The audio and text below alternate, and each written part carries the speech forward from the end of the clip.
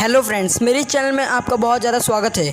आज का मेरा topic God the God butcher के ऊपर होने वाला है। जहाँ तक कि मेरा मानना है, God the God butcher Thor से पावरफुल है और वो मिजोनियर को उठा सकता है, वो थॉर के हथौड़े को उठा सकता है। वैसे देखा जाए तो अब थॉर के हथौड़े की कोई अहमियत ही नहीं रही। विजन भी उठा लिया, कैप्टन अमेरिका भी उठा लिया, अब गॉर की बारी आने वाली है। तो God the God butcher Thor का हथौड़ा उठा सकता है।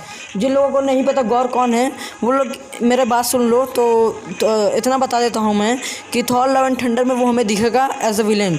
तो वो हमें दिखेगा थॉर लव एंड थंडर में। तो थोड़ा सा डिस्कस कर लेते हैं गॉर की ओरिजिन नहीं सुनेंगे तो कैसे समझ में आएगा अच्छी तरह से। तो इसके ओरिजिन में होता क्या है, गॉर जो है वो देवताओं को बहुत ज़्यादा मानता है। एक दिन क्या होती है कि पूरी उसकी फैमिली की डेथ हो जाती है, जिसके बाद गॉर जो होता है वो भगवान से प्रे करता है। प्रे करने के बाद भगवान उसकी नहीं सुन रहे हैं। एक दिन वो गुस्से में बोल देता है कि भगवान दुष्ट होते हैं, जिसके बाद उसके लोग उसको भगा देते हैं। भगाने के बाद जो गॉर होता है वो पड़े पड़े बोलता है, पड़े पड़े सोचता है कि वो सारे के सारे गॉड्स को मार देता है। उसके बाद उसके सामने दो गॉड्स लड़ते लड़ते गिरते हैं। लड़ते लड़ते गिरने के बाद दोनों गॉड्स गिरे होते हैं, उसमें से एक गॉड जिंदा होता है। और फिर जो गॉर होता है, गॉर के पास उन दोनों गॉड्स की पावर्स आ जाती हैं। और वो जो बेहोश पड़ा हुआ रहता है, एक गॉड जो जिंदा रहता है, उसे भी जब भी वो जानबूझ के मार देता है अपनी भड़ास निकालने के लिए। जिसके बाद जो गॉड द गॉड बूचर है वो अपने मिशन पे चल जाता है कि वो सारे गॉड्स को मार देगा। और वो बहुत सारे मिशन को कंप्लीट करता है। आगे जाके उसका सामना थॉर से होता है। थॉर से सामना होने के बाद थॉर अपनी सबसे शक्तिशाली पावर का इस्तेमाल करके गॉर को हरा देता है।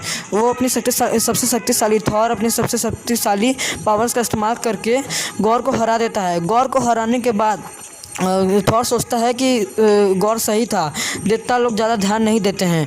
जिसके बाद निक फ्यूरी आते हैं और थॉर के कान में बोलते हैं कि गॉर सही था। जिसके बाद थॉर अनवर्दी हो जाता है और थॉर अपना हथौड़ा कभी नहीं उठा पाता है। आगे जाके जेन फॉस्टर उसका हथौड़ा उठाती है। मैंने बड़े शॉर्ट में बताया है, उसकी स्टोरी बहुत ज़्यादा लंबी है और बहुत ज़्यादा अच्छी और आइकॉनिक भी है।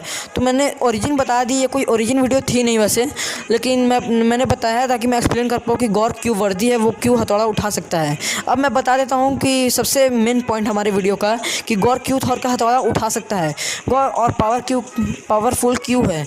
मेन बात तो जो गॉर है उसने दो गॉड से पावर पाई है। इसका मतलब ये नहीं कि वो थॉर से शक्तिशाली है, पर ऐसा भी नहीं कि वो उससे कमज़ोर है, लेकिन अभी वो पूरा पावरफुल नहीं कहलाया है।